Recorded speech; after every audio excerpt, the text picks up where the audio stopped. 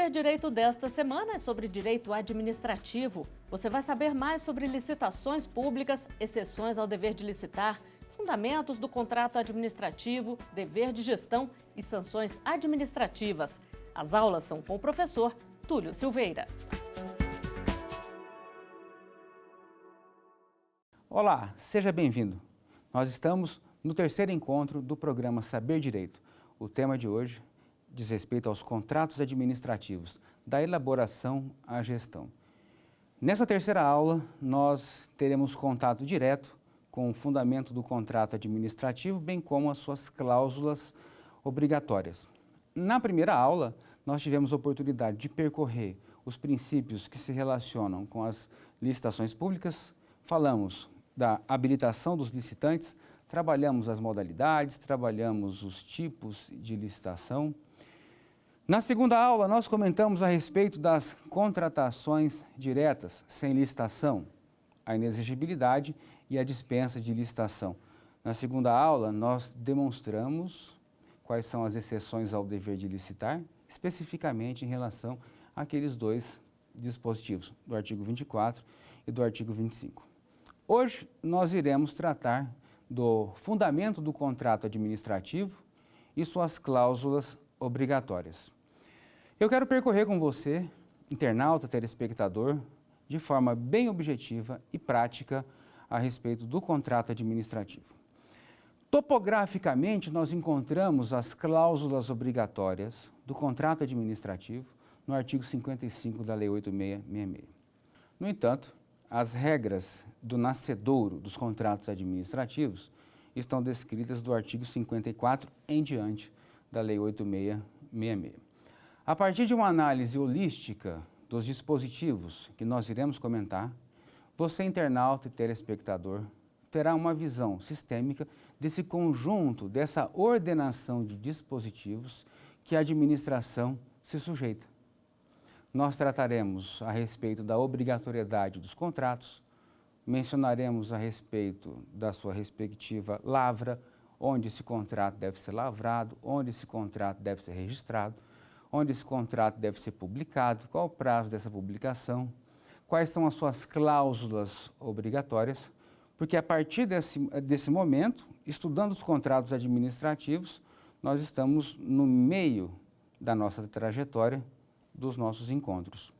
Na aula número 4, nós falaremos sobre a fiscalização desses contratos e na aula número 5, os casos em que haverá a rescisão contratual e as consequentes penalidades administrativas. Então vamos ao contrato administrativo. Nós temos o artigo 54 que estabelece ali o nascedouro do contrato. Mas é importante que você aí de casa acompanhe comigo e identifique o seguinte: estrito sensu, o contrato administrativo, ele nasce da realização de uma licitação ou ele nasce da realização de uma dispensa ou de uma inexigibilidade de licitação. Mas a sua formalização se decorre do 54 em diante da Lei 8666, que estabelece as condições, os requisitos mínimos e até mesmo a sua natureza jurídica. Em que pese a discussão doutrinária a respeito da natureza jurídica do contrato, se ele é um contrato administrativo estrito sensu, se ele não é um contrato administrativo, se existe realmente a manifestação expressa desse instrumento jurídico que ajusta a administração em particular.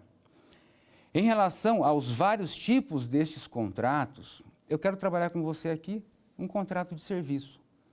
Por quê? Porque se a gente conseguir alinhar as cláusulas obrigatórias à natureza jurídica desse contrato, nos demais casos a gente vai ter uma melhor compreensão, inclusive distinguindo uns dos outros. O contrato de colaboração, o contrato administrativo estrito sensu, o contrato de concessão pública, o contrato de delegação de serviço público e as suas variações legais. Aqui eu quero trabalhar com você em termos práticos, para que você entenda como é que isso vai ser formalizado e como é que isso vai se operar no plano concreto. Então acompanhe comigo. O artigo 54 da Lei 8666 estabelece que os contratos administrativos, e por que eu chamei a atenção dessa questão doutrinária? Porque apesar de haver expressa previsão de que estamos tratando de um contrato administrativo, a doutrina discute a existência desse ajuste como advindo lá do direito francês, que buscamos a concepção do conceito e da própria natureza jurídica dos contratos, ou do regime jurídico desses contratos. Então, o próprio artigo 54 da Lei 8.666 estabelece que os contratos administrativos que trata esta lei regulam-se pelas suas cláusulas, ou seja, aquilo que foi pactuado deve ser cumprido pelas partes, em que pese, daqui a pouco, iremos falar das cláusulas exorbitantes, e aí nós notaremos que esse contrato ao qual estou me referindo agora possui sim essa natureza e o regime jurídico administrativo vai lhe dar uma vantagem em relação ao particular, porque quando nós chamamos as cláusulas exorbitantes ao tema, nós notamos nitidamente que ali há sim uma vantagem da administração, e aí não quero cingir apenas a administração, mas eu quero que vocês compreendam que há uma vantagem da coletividade em relação ao particular, porque naquelas 5 situações descritas no artigo 58, a administração se sobrepõe sim sobre o interesse individual, porque ela vai buscar como finalidade atender ao interesse da coletividade. E para buscar atender ao interesse da coletividade, ela precisa estar revestida das ditas cláusulas exorbitantes previstas expressamente no artigo 58 da Lei 8.666 de 1993. Sem adentrar a controvérsia jurídica, mas é muito interessante que em um momento oportuno façamos um estudo a respeito da natureza jurídica dos contratos decorrentes da Lei 13.303 de 2016, para que possamos estabelecer um comparativo ideal. E a partir desse comparativo ideal, entendemos que a Lei 8.666 de 1993, vem trazer o contrato administrativo. E lá na Lei 13.303, que é a lei que estabelece o regime jurídico das empresas estatais, né, das sociedades de economia mista, das empresas públicas, o seu contrato, o contrato celebrado decorrente daquela lei, será diferente do contrato celebrado por meio da Lei 8.666 de 1993. Aqui no artigo 54, nós temos a incidência clara dos preceitos de direito público, aplicando-se-lhes supletivamente os princípios da teoria geral dos contratos e as disposições de direito privado. A aplicação supletiva da aplicação subsidiária. Conceitualmente, nós devemos entender que a aplicação supletiva vem trazer uma complementação normativa e a aplicação subsidiária vem apresentar o preenchimento de uma lacuna. Então, nesse caso específico, ao artigo 54 que acabamos de mencionar, nós devemos aplicar subletivamente os princípios da teoria geral dos contratos e as disposições de direito privado. Por quê? Porque nós estamos buscando uma complementação normativa em razão da insuficiência, se for o caso, da interpretação das cláusulas contratuais. O artigo 54 estabelece a maneira como esse contrato deve ser celebrado. Deve ser celebrado com clareza, deve ser empregado informações precisas, expressões adequadas, deve-se evitar expressões genéricas, deve ser o mais objetivo, deve-se evitar qualquer tipo de inclusão de redação que venha confundir o verdadeiro sentido e o alcance das cláusulas contratuais.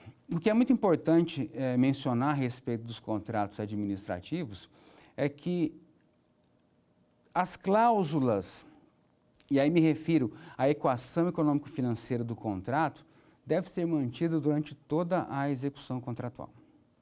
O que significa isso na prática?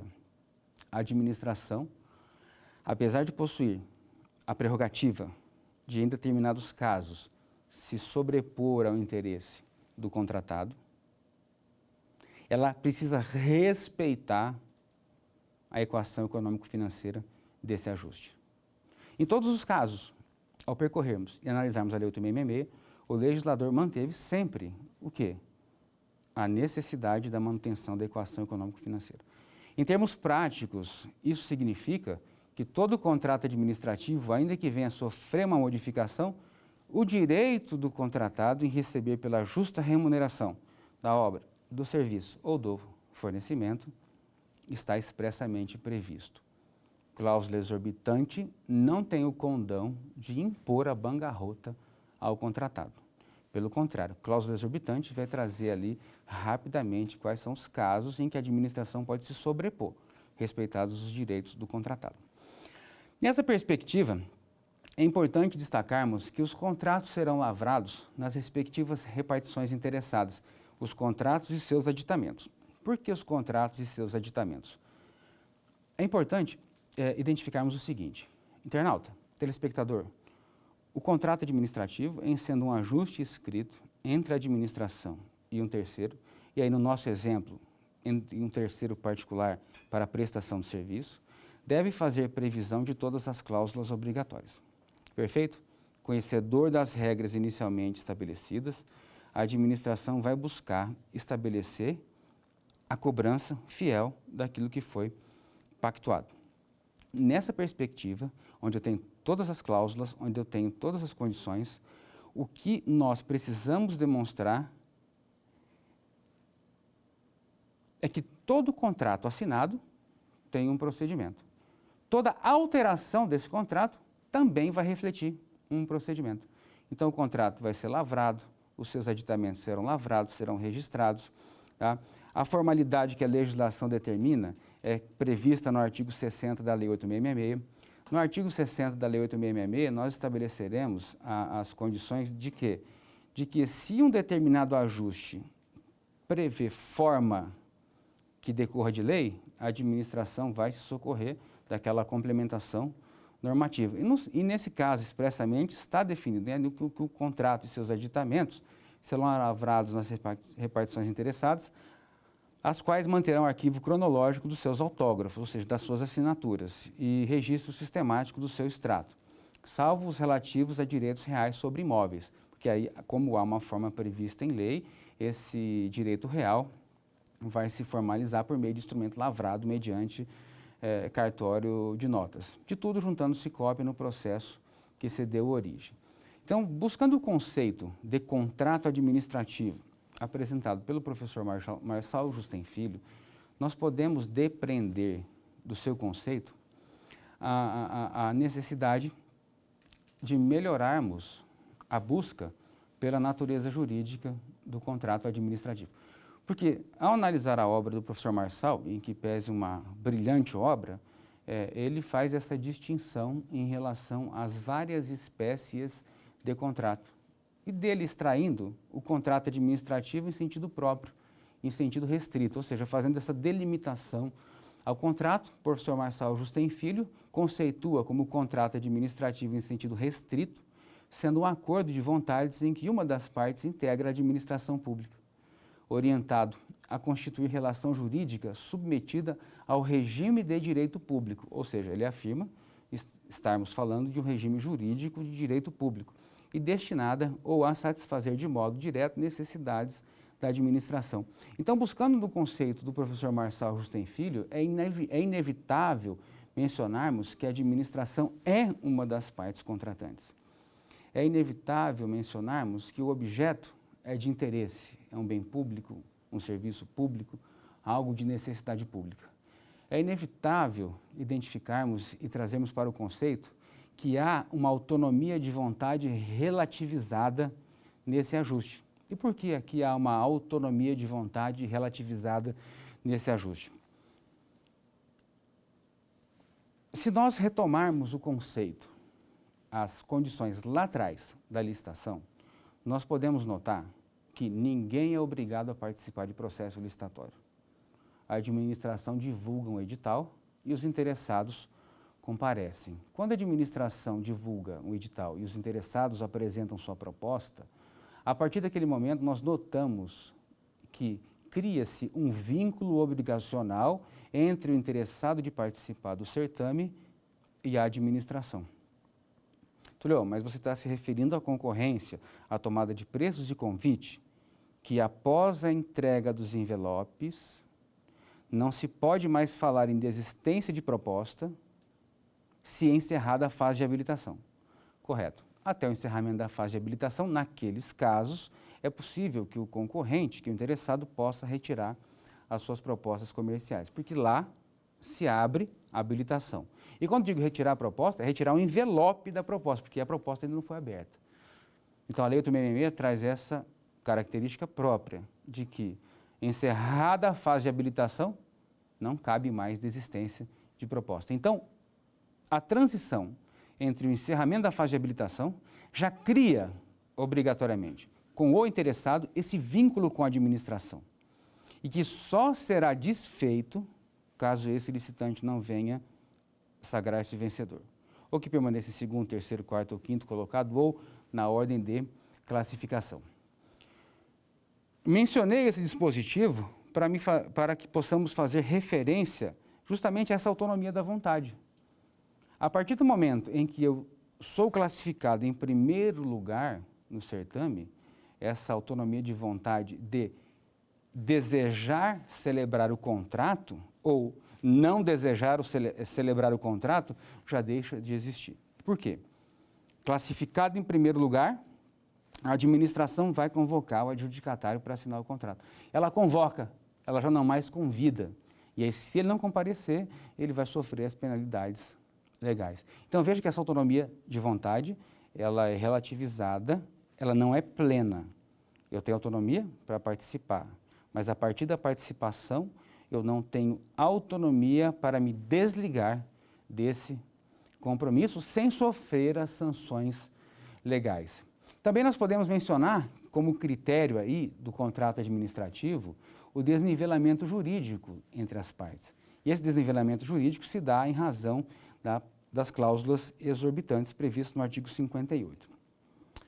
Sobre essas questões relacionadas às cláusulas exorbitantes, o que nós podemos depreender? O quão importante isso é para o nosso estudo? E quando nós chegarmos na parte da fiscalização dos contratos, nós vamos notar a importância da cláusula exorbitante. Quando nós chegarmos na questão relacionada à rescisão dos contratos, nós vamos notar a importância de se estudar as cláusulas exorbitantes.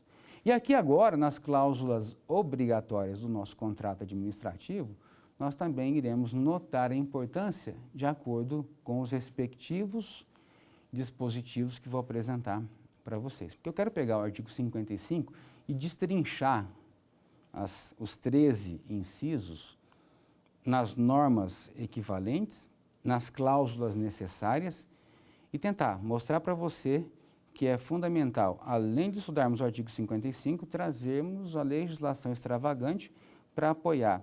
Ou seja, lembra da aplicação supletiva? Ou seja, nós vamos ali complementar uma norma, nós vamos buscar uma informação adicional. Então, nesse caso, a gente vai tentar trabalhar em alguns incisos do próprio artigo 55.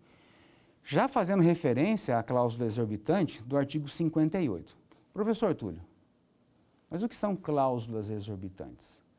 Cláusulas exorbitantes são institutos administrativos, escritos, taxativos, que colocam a administração em um desnivelamento jurídico em relação ao particular, em razão da própria natureza jurídica do instrumento. Porque ali a administração, que está em desnivelamento jurídico em relação ao particular, representa a coletividade. Representando a coletividade, ela representa o interesse público. Daí a necessidade de se estabelecer esse desnivelamento jurídico em relação ao particular. Nós, então, encontraremos no artigo 58, no inciso 1, a condição exorbitante, ou aquele desnivelamento da modificação unilateral do contrato. Veja, qualquer contrato, qualquer ajuste, ele pode ser modificado, pode. Contrato de natureza privada, né, professor? Ele pode ser modificado desde que haja acordo entre os contraentes, entre os participantes daquele ajuste. Aqui, Nesse caso específico, a cláusula exorbitante estabelece que eu posso modificá-lo unilateralmente. Mas essa modificação unilateral, ela é explícita, ela é expressa e deve trazer a base normativa estritamente necessária ao cumprimento do objeto do contrato. Então, eu já faço a chamada para o artigo 65.1, A e B. Artigo 65, inciso 1, a linha A e B da Lei 8.666 de 1993. Ali eu tenho a possibilidade de alterar os contratos, de modificá-los unilateralmente para melhor adequação aos interesses. Eu posso modificar unilateralmente a qualidade do projeto, mas também posso modificar a quantidade do projeto inicialmente estabelecido. Melhorar a qualidade, aumentar a quantidade ou suprimir a quantidade unilateralmente dentro dos limites estabelecidos pelo parágrafo 1º do mesmo artigo. As obras, serviços e compras, os acréscimos, quando eu estou tratando de aumentar o quantitativo, não podem ser superiores a 25% do valor inicial atualizado do contrato. A reforma de edifício de equipamento não pode ser superior em seus acréscimos a 50%.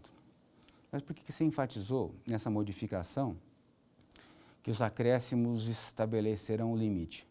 O próprio professor Marçal Justem Filho afirma que, por se tratar de matéria de ordem pública, esses percentuais deveriam decorrer de lei. Excelente abordagem. Eu não poderia deixar a critério da administração realizar os acréscimos contratuais que pudessem exorbitar o mínimo razoável ou pudessem determinar ou demonstrar a fuga de um novo, ou a fuga, na verdade, a fuga de um processo licitatório. Tanto que, nessa perspectiva, o acréscimo é limitado à modificação unilateral. A supressão, se houver acordo das partes, pode ultrapassar esses limites. Mas, se tratando de acréscimos, isso decorre de lei, parágrafo 1º do artigo 65 da Lei 8.666. Inciso 1, a linha A, modificação qualitativa, a linha B, modificação quantitativa. Então, nesse caso específico, eu estou fazendo o gancho do 65.1 A e B com o 58 da Lei 8.666, 58.1, para que nós possamos identificar justamente o que é a modificação unilateral e os seus limites. O inciso 2 traz uma situação muito interessante que nós veremos na última aula. É a possibilidade de rescindi-los unilateralmente. Quando nós falamos de rescisão unilateral, baseada no 58.2, nós estamos expressando o desejo do legislador que inseriu lá no artigo 79 quais eram os casos em que a administração poderia, identificada a inexecução total ou parcial, identificada alguma ilegalidade nesse contrato, ou identificado a necessidade de uma rescisão em virtude de um fato superveniente, devidamente comprovado, poder unilateralmente rescindir, ou seja, romper a relação inicialmente pactuada. Sempre lembrando que esse rompimento da relação inicialmente pactuada deve preservar a equação econômico-financeira do contrato, deve preservar os direitos da administração, mas também deve preservar os direitos do contratado. Por quê? Porque haverá necessidade de se preceder da oitiva do interessado, da oitiva do contratado, para que ele apresente as devidas justificativas. E aí sim, para o deslinde da matéria, a administração vai adotar a melhor decisão. Mas nesse caso da rescisão unilateral, o próprio legislador estabeleceu quais foram os casos. E aí, taxativamente, quais são os casos dessa rescisão unilateral. Isso é cláusula exorbitante. O inciso 3 do 58 estabelece a cláusula da fiscalização dos contratos, ou seja, no contrato administrativo é dever da administração fiscalizar os seus contratos. E essa fiscalização decorre também para que a administração consiga demonstrar que realizou um processo licitatório adequado, selecionou o fornecedor e recebeu o objeto dentro das regras previamente estabelecidas, dentro dos parâmetros mínimos aceitáveis de acordo com o que foi pactuado. Nessa perspectiva, então, do inciso 3 do 58, nós vamos associar ao artigo 67 em diante da Lei 8.666 e falaremos na aula número 4, no nosso quarto encontro. Na perspectiva de mantermos aqui, então, a continuidade das cláusulas exorbitantes, o inciso 4 do artigo 58 faz previsão do quê? Da aplicação das sanções motivadas pela inexecução contratual. Logo, é indissociável comentar rescisão de contrato, a aplicação de penalidade. Então, na quinta aula, nós trataremos, no quinto encontro, nós trataremos das condições, das situações relativas à rescisão contratual e às sanções administrativas. E ali tentaremos passar de maneira bem objetiva os casos da rescisão e os casos de aplicação dessas sanções. E voltando a informar, voltando a dizer, essas cláusulas exorbitantes estão colocando a administração em um desnivelamento jurídico em relação ao particular, em razão da própria natureza jurídica do ajuste. Porque o que se deve buscar preservar é o interesse da coletividade. E aí o interesse público primário, o interesse da coletividade, ao ser preservado, a administração consegue demonstrar a eficiência administrativa. Tá? No que diz respeito ao inciso 5 do artigo 58, tá? nós estamos tratando e fazendo referência à cláusula exorbitante de que a administração, nos casos de serviços essenciais, vai poder ocupar provisoriamente bens móveis, imóveis, pessoal e serviços vinculados ao objeto do contrato, na hipótese de necessidade de acautelar a apuração administrativa de faltas contratuais pelo contratado, bem como na hipótese de rescisão de contrato administrativo, já fazendo referência ao artigo 77.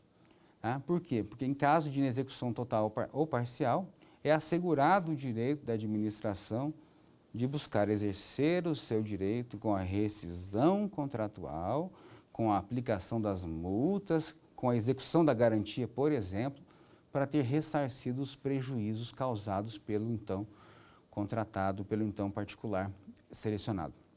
E observe que o legislador, ao trabalhar essa questão da cláusula exorbitante, ele sempre fez referência a quê? À manutenção das cláusulas, à manutenção da cláusula da equação econômico-financeira.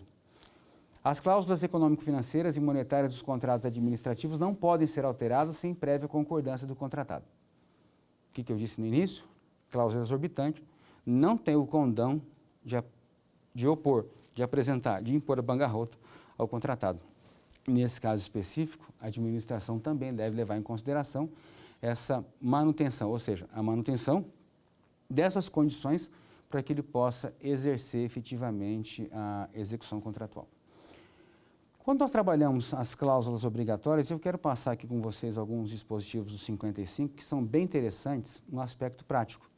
Tá? Então, nós temos 13 incisos no artigo 55 que representam exemplificadamente o mínimo de informações que o contrato administrativo deve possuir.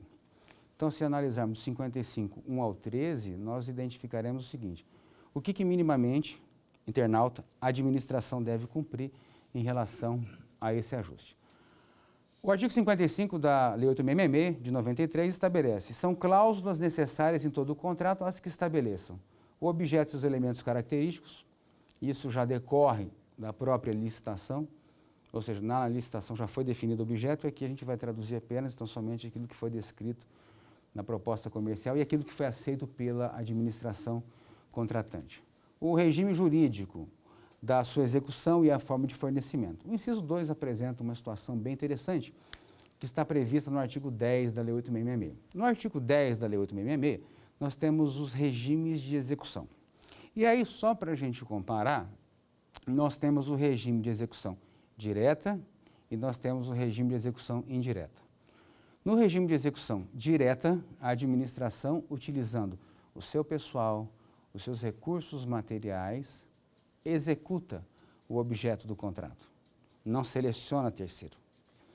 Quando nós partimos para o regime de execução indireta, nós notamos que a administração tem a necessidade de contratar um terceiro. Dentre os regimes de execução, o da indireta, nós temos a definição das suas características, dos seus elementos condicionantes. Onde eu tenho o regime de execução indireta, por exemplo, empreitada por preço global. Mas, professor, o que significa empreitada por preço global? Empreitada por preço global significa que eu tenho um preço certo e total. A administração definiu o critério de julgamento e, mediante aquelas etapas previamente definidas, eu tenho um preço certo e total. Eu vou dar um exemplo: serviço de limpeza, serviço de vigilância. Mensalmente, a administração vai dispor daquele valor para pagar aquele contrato. E essa é empreitada por preço global, preço certo e total. E a empreitada por preço unitário?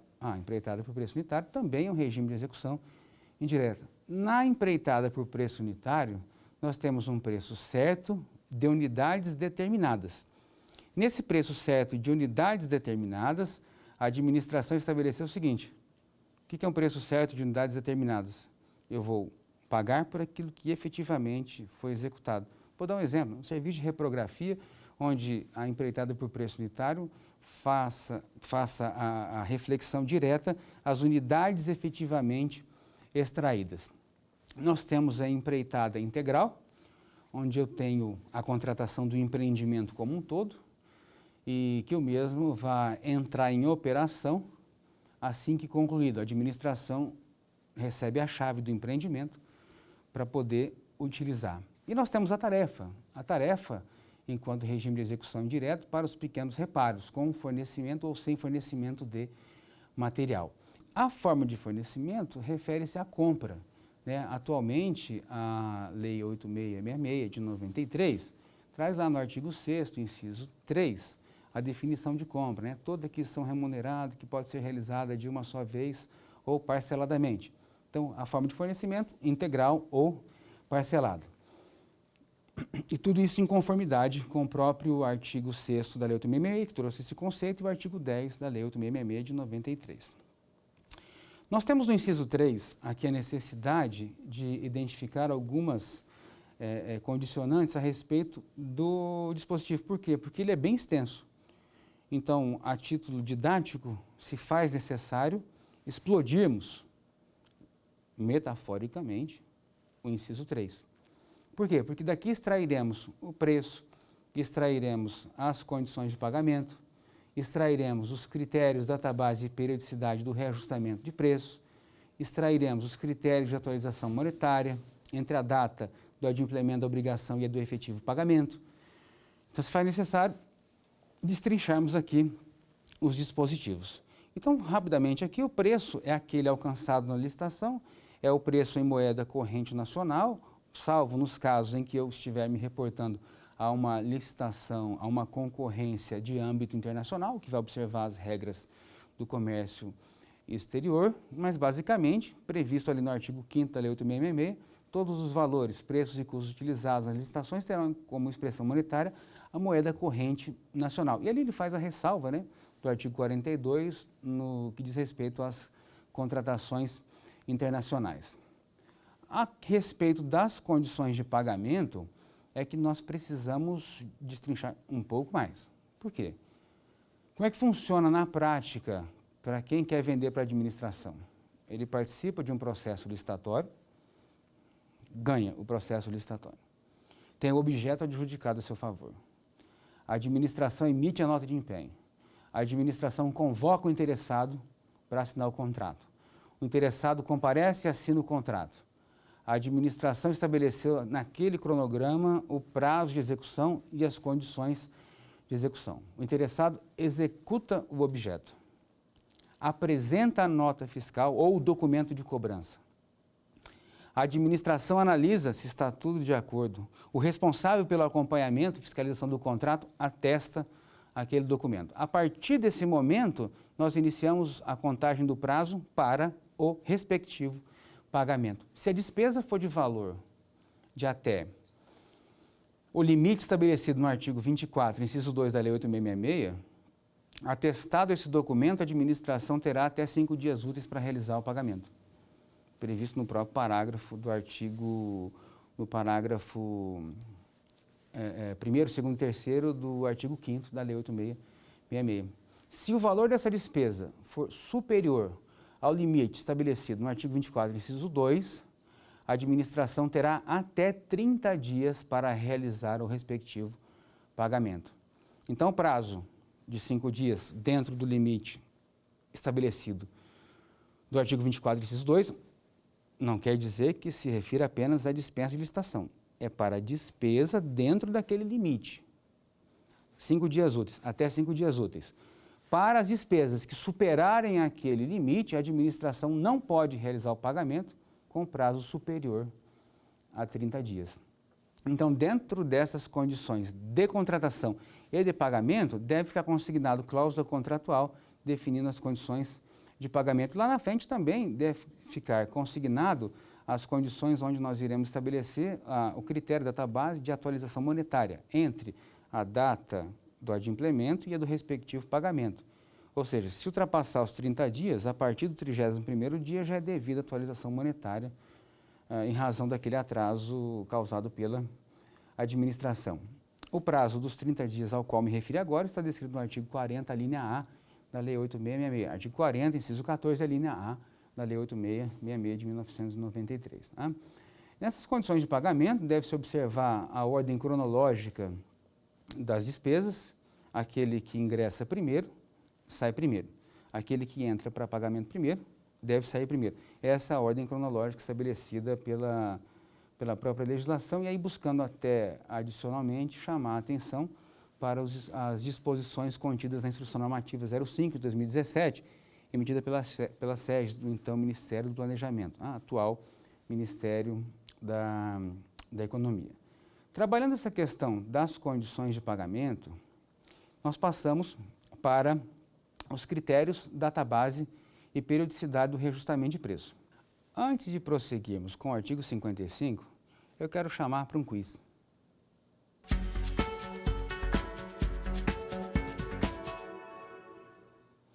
Em relação ao local de celebração do contrato administrativo, pode-se afirmar: os contratos serão lavrados nas repartições interessadas, as quais manterão arquivo cronológico de seus autógrafos e registro sistemático do seu extrato, salvo os relativos a direitos reais sobre imóveis. Os contratos e seus aditamentos serão lavrados independentemente da repartição interessada, os quais manterão arquivo cronológico dos seus autógrafos e registro sistemático do seu extrato, salvo os relativos a direitos reais sobre imóveis, que se formalizam por instrumento lavrado em cartório de notas. De tudo juntando-se cópia no processo. Os contratos e seus aditamentos serão lavrados nas repartições interessadas, as quais manterão arquivo cronológico dos seus autógrafos e registro sistemático do seu extrato, salvo os relativos a direitos reais sobre imóveis, que se formalizam por instrumento lavrado em cartório de notas. Vamos à resposta? Correta, letra C. Por quê? Porque nesse caso específico, como nós estudamos, o legislador estabeleceu que os contratos e seus aditamentos seriam lavrados na repartição interessada. Aqueles que haveria necessidade de uma forma prevista em lei deveriam observar tal formalidade. No caso de direito real sobre bens imóveis, esses deverão ser lavados nos seus respectivos cartórios de registro de notas. De tudo se mantendo aí cópia do processo que deu origem à contratação. Prosseguindo as cláusulas do artigo 55, nós temos aqui a necessidade de identificar os critérios, database e periodicidade do reajustamento de preço. Todo contrato administrativo deve manter suas cláusulas econômico-financeiras intactas. Todo contrato administrativo tem uma vigência pré-determinada. É vedado se celebrar contrato administrativo com prazo de duração indeterminado. Isso decorre do próprio parágrafo 3º do artigo 57 da Lei 8.666. Quando nós nos referimos à duração dos contratos, nós estamos nos reportando ao tempo que esse ajuste surtirá efeito entre as partes, cobranças recíprocas e a real necessidade da sua execução. Não se pode executar despesa sem a respectiva cobertura contratual. Logo, a despesa a ser executada deve estar adstrita à respectiva duração. E qual é a relação da duração do contrato com o inciso 3, quando nós mencionamos os critérios, database e periodicidade do reajustamento de preço? A relação íntima é aquela que decorre do expresso comando de que os contratos administrativos com prazo de duração igual a 12 meses, o seu preço, o seu valor será fixo e irreajustável. Isso tem relação íntima com o caput do artigo 57, que a duração dos contratos está adstrita a dos seus respectivos créditos orçamentários. E aí, os incisos apresentam as exceções. Então, se o contrato tiver duração, e aí faço correlação à docência do Tribunal de Contas da União, que faz referência a 12 meses como prazo de duração contratual, e é interessante a abordagem que ele apresenta, no sentido de que, se esse contrato tiver duração de até 12 meses, o seu preço será fixo e reajustável. Mas ele o faz levando em consideração toda a norma apresentada, inclusive as normas complementares ao Plano Real, que apresentaram à administração, por meio da Lei 10.192 de 2001, a periodicidade desses reajustamentos. Então, estou tentando trazer aqui para você, de forma comparada, o que eu relaciono de duração de contrato com os critérios de reajuste, de repactuação, de aplicação de instituto de manutenção do equilíbrio econômico-financeiro desses contratos. Então, a regra de duração do contrato é de até 12 meses, ou adstrita ao respectivo crédito orçamentário.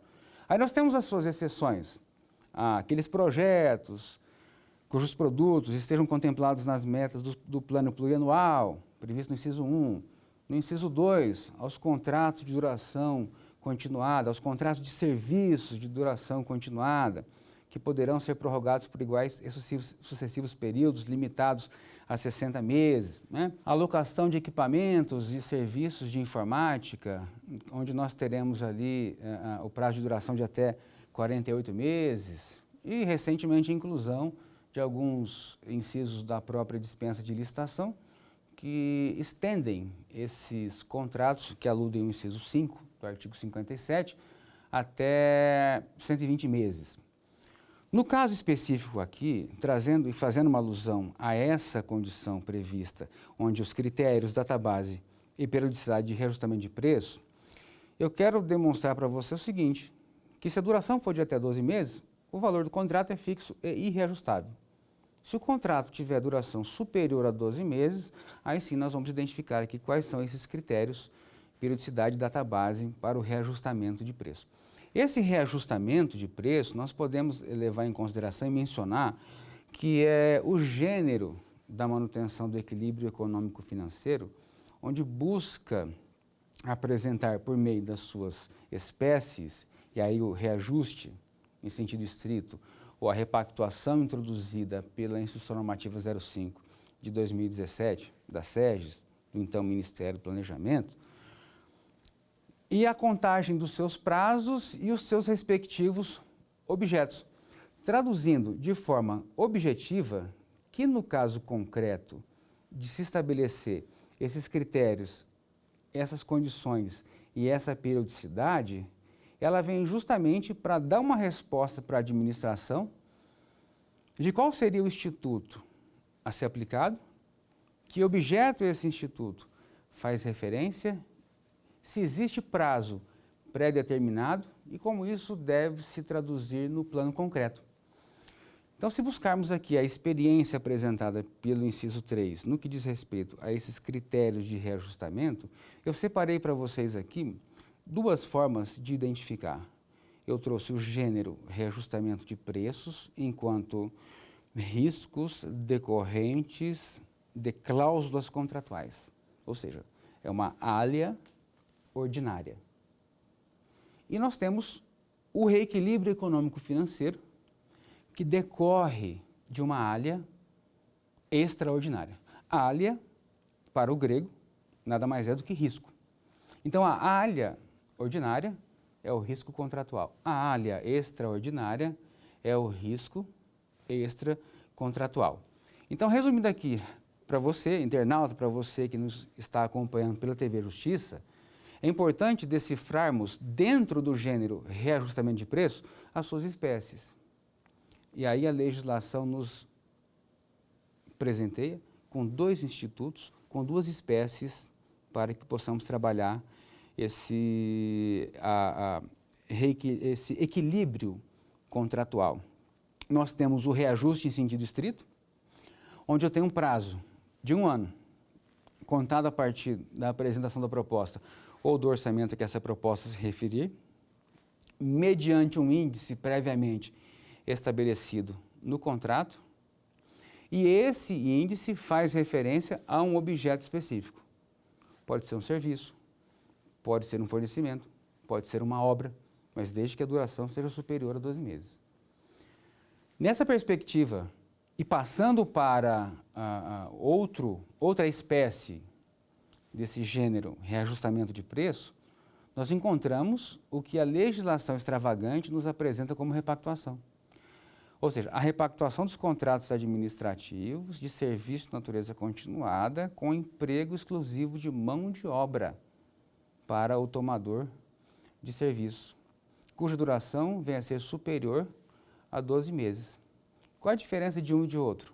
É que na repactuação eu não tenho um índice previamente estabelecido, mas eu tenho uma nova realidade econômica mediante a edição, mediante a homologação de uma convenção coletiva de trabalho que estipula salário para uma categoria profissional. Ô, professor Túlio, então você quer dizer que para a repactuação dos contratos eu devo observar algumas referências, dentre as quais aqui eu poderia citar aquela que se relaciona intimamente com a homologação da convenção coletiva de trabalho que estipula salário para aquela categoria. Exato, porque o objetivo da repactuação é nós recompormos essa qualidade e repormos o poder, repormos o salário daquela categoria profissional. E qual o prazo? 1 ano. 1 ano contado a partir de que momento? Contado a partir da data da apresentação da proposta, contado da proposta que o orçamento se referir. Nesse caso da repactuação, o orçamento a que a proposta se refere nada mais é do que a data da convenção coletiva de trabalho que estipula salário para a categoria profissional. Então, delimitando o tema, reajuste. Qual o objetivo? Repor o poder aquisitivo da moeda. Decorre de quê? De execução de contrato superior a 12 meses que não se refira a serviços de natureza continuada, ao menos no âmbito da administração federal, que não se refira a contratos de serviço de natureza continuada, porque eu terei outro instituto para albergar essa manutenção da equação econômico-financeira do contrato.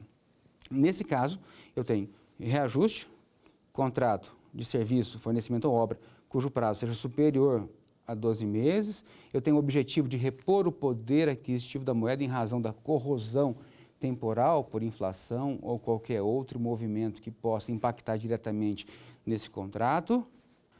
A administração, por sua vez, ao identificar se for um caso de repactuação, ela vai notar que repactuação o é em razão do objeto serviço de natureza continuada com dedicação de mão de obra exclusiva do obreiro, do prestador, ao tomador de serviço, cujo contrato tenha prazo de duração superior a 12 meses. E o objetivo desse instituto nada mais é do que alcançar o preço praticado no mercado em razão do novo salário para aquela categoria profissional. Qual é o prazo? Anual, assim como é o prazo anual para o reajuste. Quando eu menciono essa anualidade, tanto para o reajuste quanto para a repactuação, eu demonstro que o contrato administrativo não pode ser reajustado. E aí o reajustado ao qual menciono é o gênero, com prazo de duração inferior a 1 ano. Mas não confundam o prazo de duração do contrato com a qualidade daquele contrato e a necessidade de se apresentar a manutenção do equilíbrio econômico-financeiro do contrato. Tanto na repactuação quanto no reajuste, os procedimentos devem ser observados de modo a demonstrar a vantajosidade da manutenção daquele contrato. E chamo a atenção aqui em especial para a questão relacionada à repactuação, que a repactuação será feita a requerimento do interessado. Enquanto o reajuste deve ser de ofício pela administração, a repactuação deve ser a requerimento, mediante a apresentação de planilha de formação de preço, com a demonstração inequívoca da variação de todos os custos envolvidos naquele contrato, inclusive o custo relativo à mão de obra. E por fim, nesse caso, preciso comentar a respeito da teoria da imprevisão.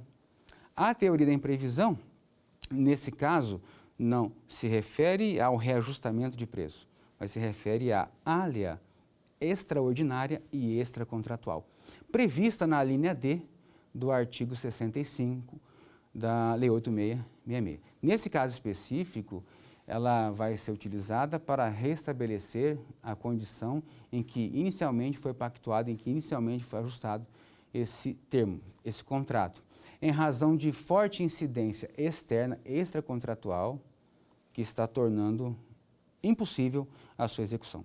Isso pode decorrer de fato da administração, fato príncipe, caso fortuito ou força maior. Caso fortuito ou força maior, evento humano ou evento da natureza que torne impeditivo essa execução. Fato da administração é qualquer ação da administração contratante que imponha ao contratado um ônus excessivo que impeça a sua manutenção. Fato do príncipe é algum ato do poder público que vai impactar efetivamente na execução desse contrato. A teoria da imprevisão tem que ser demonstrada. Não há necessidade de observar o interregno mínimo de 1 ano para a sua concessão. Identificada a ocorrência, cabe ao interessado requeri-la. Cabe ao interessado apontar à outra parte a necessidade desse reequilíbrio econômico-financeiro.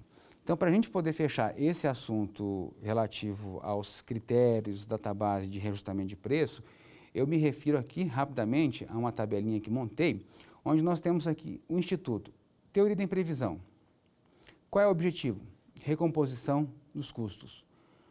Qual é o seu embasamento legal? Artigo 37, inciso 21 da Constituição Federal e a linha D do inciso 2 do artigo 65 da Lei 8666. Periodicidade? Não há periodicidade. Índice pré-definido? Não há índice pré-definido. No reajustamento de preço? No reajustamento de preço, nós temos o reajuste com o objetivo de restabelecer o poder aquisitivo da moeda. Nós temos a Lei 10.192 de 2001 como comando legal. Há uma periodicidade anual e há um índice pré-definido. Na repactuação, nós temos o objetivo de alcançar o valor de mercado, nós temos o decreto 9.507 no seu artigo 12, que faz referência a essa repactuação, a periodicidade é anual e nós não temos um índice pré-definido. Nós encerramos a aula de número 3. Nesta aula, nós vimos o fundamento do contrato administrativo, fizemos referência às cláusulas exorbitantes previstas no artigo 58, fizemos um apanhado geral sobre a característica do contrato administrativo, mencionamos alguns dispositivos relacionados ao artigo 55, inciso 3. Assim, nós fechamos a aula de número 3 e esperamos encontrar você na aula de número 4. Fique conosco. Muito obrigado.